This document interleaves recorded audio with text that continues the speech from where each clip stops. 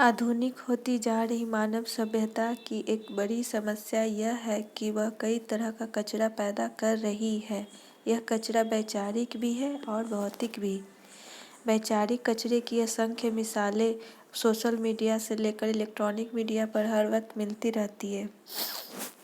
पता नहीं कि इस कचरे से सभ्यता को कभी निजात मिल भी पाएगी या नहीं, पर भौतिक कचरे के तमाम रूपों में से एक के इलाज के बारे में कुछ कोशिशें शुरू हो चुकी है। यह है इलेक्ट्रॉनिक कचरा, जिससे निपटने का एक बेहतरीन उदाहरण टोक्यो ओलंपिक खेलों में पेश किया गया।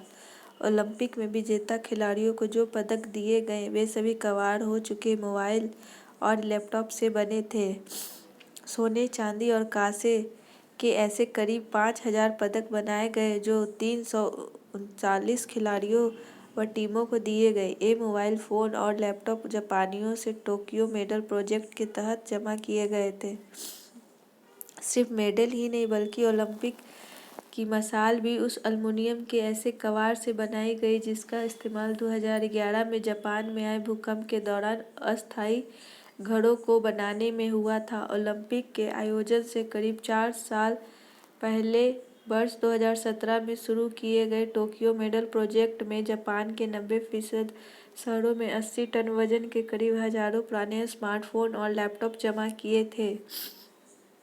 इनके पुनर्चक्रण से 32 किलो सोना, करीब 330 किलो चांदी और लगभग 2,250 किलो तांबा निकाला और पदक बनवाए गए। इस तरह टोक्यो ओलंपिक दुनिया का पहला ऐसा खेल आयोजन बन गया जिसमें दिए गए सभी पदक इलेक्ट्रॉनिक कबाड़ से बने थे।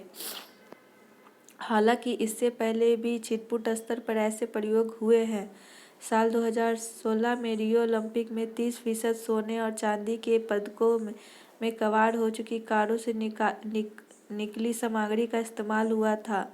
ओलंपिक में किए जा रहे ऐसे प्रयोग से यह संदेश देने की कोशिश की जा रही है कि अगर इलेक्ट्रॉनिक कचरे से निपटने के गंभीर प्रयास शुरू नहीं किए गए तो यह प्राणी जगत के लिए सबसे बड़ा खतरा बनने वाला है। यह खतरा कितना बड़ा हो सकता है, इसका आकलन चौंकाने वाला है।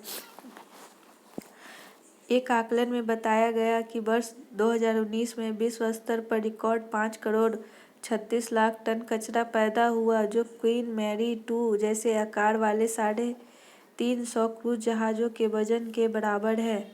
समान रूपों से वितरित करने पर इलेक्ट्रॉनिक कचरे की यह मात्रा लगभग 7.5 किलो प्रति व्यक्ति ठहरती है। समस्या का एक बड़ा पहलू यह है कि दुनिया में जिस तरह इलेक्ट्रॉनिक सामान की मांग बढ़ती जा रही है, उससे इसके कचरे की मात्रा में हर दिन इजाफा हो रहा है।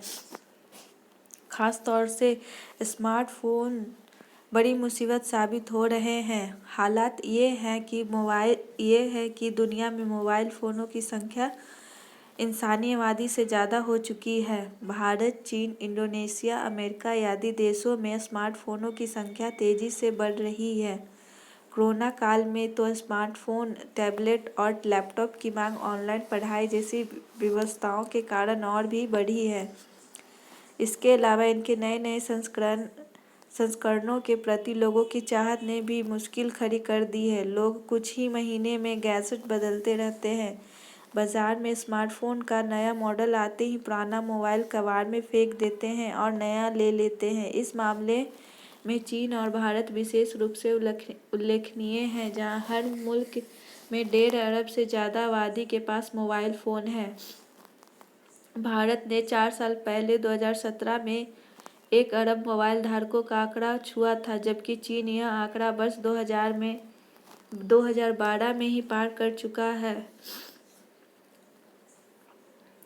आंकड़ों के मुताबिक अभी दुनिया में सिर्फ चीन और भारत ऐसे देश हैं जहां मोबाइल धारकों की संख्या 1.5 अरब के पार है। दावा किया जाता है कि इन दो देशों की बदौलत यह दुनिया 8 अरब मोबाइल धारकों का मोहल्ला बन चुकी है। इंटरनेशनल टेलीकम्युनिकेशन यूनियन का कहना है कि भारत, चीन, रूस, ब्राज़ील सहित करीब 10 देश ऐसे हैं जहां मानव आबादी के मुकाबले मोबाइल फ़ोनों की संख्या ज़्यादा है। इसमें कोई शक नहीं है कि मोबाइल और लैपटॉप जैसे इलेक्ट्रॉनिक उपकरण संचार और कामकाज की मौजूदा ज़रूरतों के लिहाज से एक ज़रूरी साधन बन गए हैं। इनके बिना आज की दुनिया का काम नहीं चलता। कोरोना काल में यह बात और भी मुखरता से स्पष्ट हुई है। इन उपकरणों की बदौलत ढेर सारे काम और मनोरंजन के प्रबंध घर बैठे हो जा रहे हैं। लेकिन तरक्की और सुविधा के ये प्रबंध हमें इतिहास के एक ऐसे अनजाने मोड़ पर ले आए हैं जहां हमें यह नहीं मालूम कि आगे कितना खतरा है। हालांकि इस बारे में थोड़े बहुत आकलन अनुमान अवश्य हैं जिनसे समस्या का आभास होता है।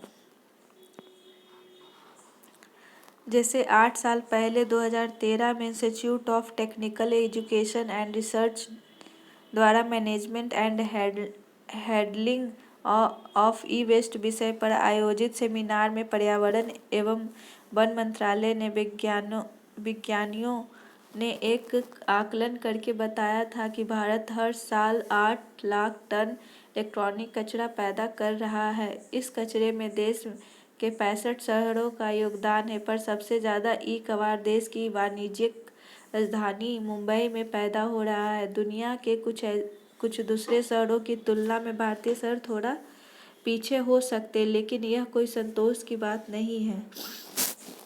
असली दिक्कत ऐसे ई-कबाड़ से होने वाले पर्यावरणीय और मानवीय नुकसान की है। चाहे मोबाइल फ़ोन हो, लैपटॉप या अन्य इलेक्ट्रॉनिक उपकरण व उनकी बैटरियां आदि, इन सभी में इस्तेमाल होने वाले धात्विक, प्लास्टिक और विकिरण पैदा करने वाले कल पुर्जे सैकड़ों साल तक जमीन में स्वाभाविक रूप से घुलकर नष्ट नहीं होते।